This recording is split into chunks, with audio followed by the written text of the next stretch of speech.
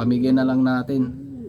Tsaka ito, yung bumalik din natin nung nakaraan. Nag-iisipan ko din kung pamimigay din natin to. Kak naman to mga idol, kak tsaka hen.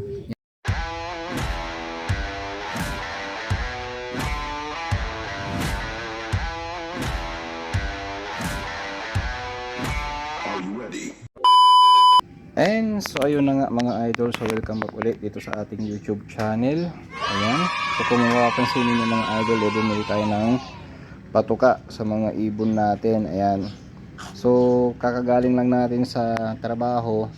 Ayan, pagod tayo mga idol, puyat. Logay lang natin sila na asikaso ng maayos mga idol. So ngayon lang din tayo nakabili ng patuka nila. So ayan, so yung patuka nila mga idol, parehong breeder mix ito. Hindi tayo nagbibigay ng flyer mix. So simulat sa pool mga idol, ang binibigay lang natin breeder mix mula inakay hanggang pagiging ano na sila, flyers na talaga mga idol. Pero ang pagkakaiba nito dito sa breeder natin mga idol, dinadagdagan natin tulad ng tulad ng mais mga idol. Ayan o.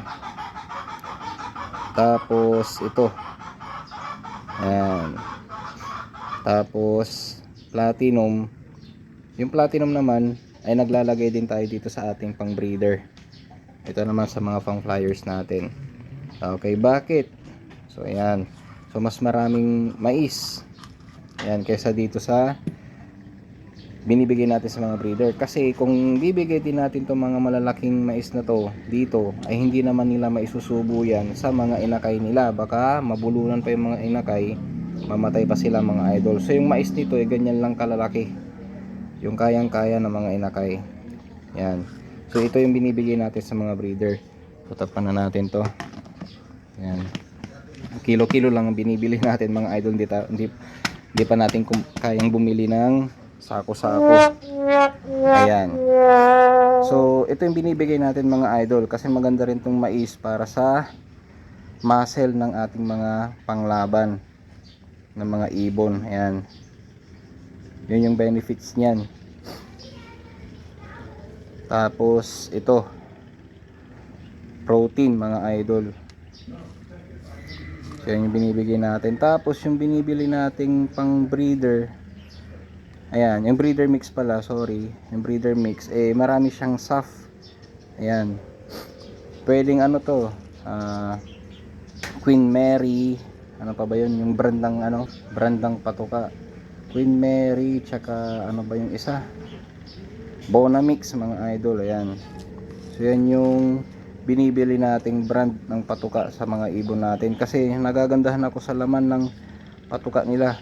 Maganda, marami siyang SAF. And then yung mais, kakunti lang idadagdag natin, yung whole corn. Yan o, mga malalaking ganyan. So yung muscle ng mga ibon natin nagiging ano siya, maganda. Tapos yung balahibo nila, pag nagmolting sila, mabilis. Yan, mabilis silang molting. So ayan, so magpapatuka na tayo nating mga warriors. Tingnan natin dun sa loob, kasi meron din tayong napansin doon nung pagkagaling natin sa trabaho. Ayan, nasobra tayo ng ibon ng bilang mga idol. So nagtaka ako. So tignan natin kung bakit. And so ayan mga idol, so pinakain na natin itong mga ibon natin. Ayan, so naubos naman nila mga idol. Ayan, so ito yung bumalik nating ibon mga idol. Ayan, ayun yung bumalik nating ibon. Ayan o. So ito yung nilaban natin nung nakaraang 2020, kung hindi ako nagkakamali, PFRPC, yung green na ring, kung hindi ako nagkakamali mga idol yung 2020 ba to. Ayan, so ito yung pinakauna nating warrior na nilaban. So ito yung ibon mga idol ayan super eyes siya. Ayan, so ang linaw ng mata mga idol. So hindi naman siya pinabayaan nung nakahuli sa kanya.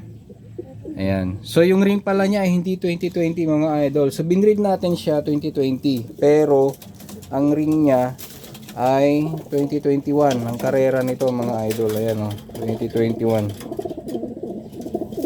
So nilaban natin to sa NDR sa PFRPC. So ngayon nakabalik siya mga idol. Ayan, tukuhan natin. So nung nakabalik siya mga idol, pinaliguan natin siya agad kasi baka hindi natin alam kung may dala siyang sakit mga idol, tsaka purga. Ayan o, maganda naman yung evax niya mga idol. Ayan o, tumayo siya ngayon lang. Ayan. So nung pagdating niya dito mga idol, para siyang nagsusubo o nakawala lang to siguro doon sa nakahuli. Tapos nung pinaronda natin mga idol, sinama natin sa paronda. Wala pang 5 minutes, dapo agad siya. So ibig sabihin dito na exercise mga idol. Ayan, so pinag-iisipan ko mga idol kung ano na to, ilalaban din ba sa South or ipamigay na lang natin. Saka ito, yung bumalik din natin yung nakaraan. Isipan ko din kung ipamimigay din natin to. Kak naman to mga idol, kak tsaka hen. Yan. O pamimigay na lang natin to siguro mga idol. Ayan, tapos yung isang warrior natin, yung isang YB, yung sinasabi kong kasabay nung panglaban natin din sa SDR, ito. Yung kasama nito na blue bar mga idol, pinamigay din natin sa isa nating kumpare dito sa aming lugar. So gagawin na lang daw niyang breeder yon mga idol, panimula daw niya. So sabi ko marami din naman kasi yung panlaban natin sa South, ayoko din namang masyadong marami. Yan, pinamigay na rin natin mga idol para magandang panimula niya. Hindi ko naman sinasabing niya yun hindi ko naman sinasabing good breeder yon mga idol na maglalabas agad ng champion. Yan, kanya-kanyang diskarte tayo sa pag-aalaga ng ibon sa sistema ba kumbaga mga idol. Kung mapapansin niyo mga idol, isang linggo lang ang nakaraan, yung mga nagbumolting nating mga ibon halos okay na yung pangmumolting nila. So okay din pala yung binibigay nating patuka. Kasi yung sabi din kasi sa akin nung kakilala ko, yung isang mentor ko mga idol, yung binibigay nating patuka okay yun, pampabilis ng pangpamolting, which is totoo naman mga idol. Bumibilis yung molting ng mga ibon natin. Ayan, tulad nito mga idol medyo madilim, ayan. So nagmolting din to, sumabay din. Pero tignan nyo ngayon okay na siya yung buntot niya yan, kalahati ang tumutubo nung last week, pero ngayon halos buo na yung pagtubo. Yan, Manyakol line to mga idol shout out sa iyo pare Savior. Ayan ito na yung anak nung binigay mo sa akin, so masusubukan natin to sa sa SDR. Yan, ito rin mga idol medyo against the light mga idol. Ayan sa kabila. Yan mga idol. So okay na ang balahibo nito. Ayan ang ganda mga idol. Maganda pero ewan lang kung dudulo to mga idol. Ayan. Ito naman yung galing kay pare Alvin mga idol. So anak nung lucky 9 niya, yung 9 overall champion niya sa isang club dito sa amin. Ito. Ayan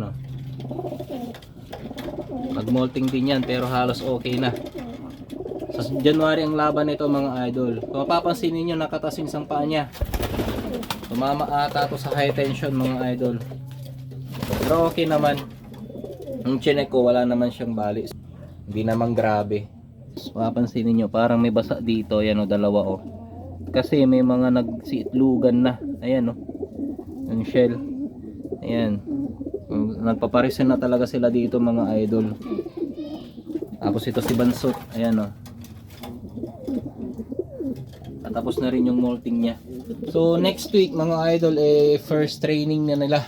Unang sampa nila sa truck mga idol. So ilalagay natin 1, 2, 3, 4, 5, 6, 7, 8, 9, 10 pala. 10 mga idol. Sa 10 ang isasampa natin next week. Yan. So, good luck sa atin. Mahirap yan kung first training pa lang wala nang makabalik mga idol.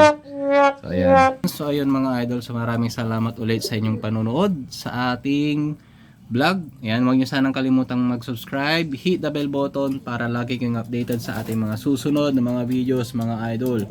So maraming salamat and happy flying!